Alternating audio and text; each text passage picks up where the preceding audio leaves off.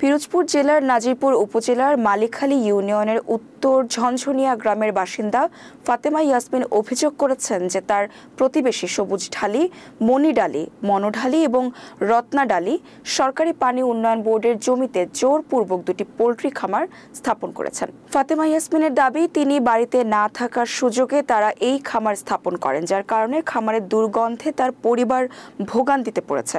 তিনি আরও অভিযোগ করেন, অভিযুক্তরা তার বাড়ির সামনে পানি উন্নয়ন বোর্ডের খাস জায়গা দখল করে যাতায়াতের রাস্তা বন্ধ করে দিয়েছেন এবং সন্ধ্যা হলে তার বাড়িতে ঢিল নিক্ষেপ ও মাদকদ্রব্য সেবন করেন। এতে তার পরিবার নিরাপত্তাহীনতায় ভুগছে। ফাতেমা ইয়াসমিন জানান, তার স্বামী মোহাম্মদ আকরাম হোসেন 19% জমি 25 লক্ষ টাকা দিয়ে ক্রয় করেছেন, কিন্তু প্রতিবেশীরা তাকে বাড়িতে থাকতে দিচ্ছেন না এবং খাস জমি দখল করে পোল্ট্রি খামার স্থাপন করেছেন। এ বিষয়ে স্থানীয় মুরব্বীরা সালিশি বৈঠক করলেও সমাধান হয়নি।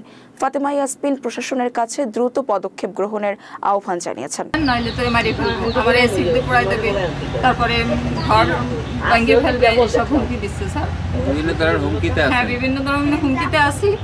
আর বলতেছে যে এটা মনসার ভিটে, তুই এখানে থাকতে পারবি না, এই কথা বলে বলে আমার রাত্রে এসে এসে ভয় দেয়। ভয় দেখায় মনি ঢালি আর যে মনোঢালি, সুদেব ঢালি, ওরা হচ্ছে সংখ্যায় 7-8 জন। আমি মুরগির ফার্মের গন্ধে থাকতে পারতেছি না।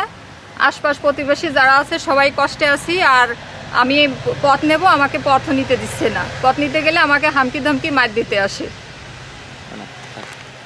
মুরগির খামার বানাইছে, আমি গন্ধে পড়ালেখাও করতে পারি না, খাবার খাওয়ার সময়ও গন্ধে খাইতে পারি না।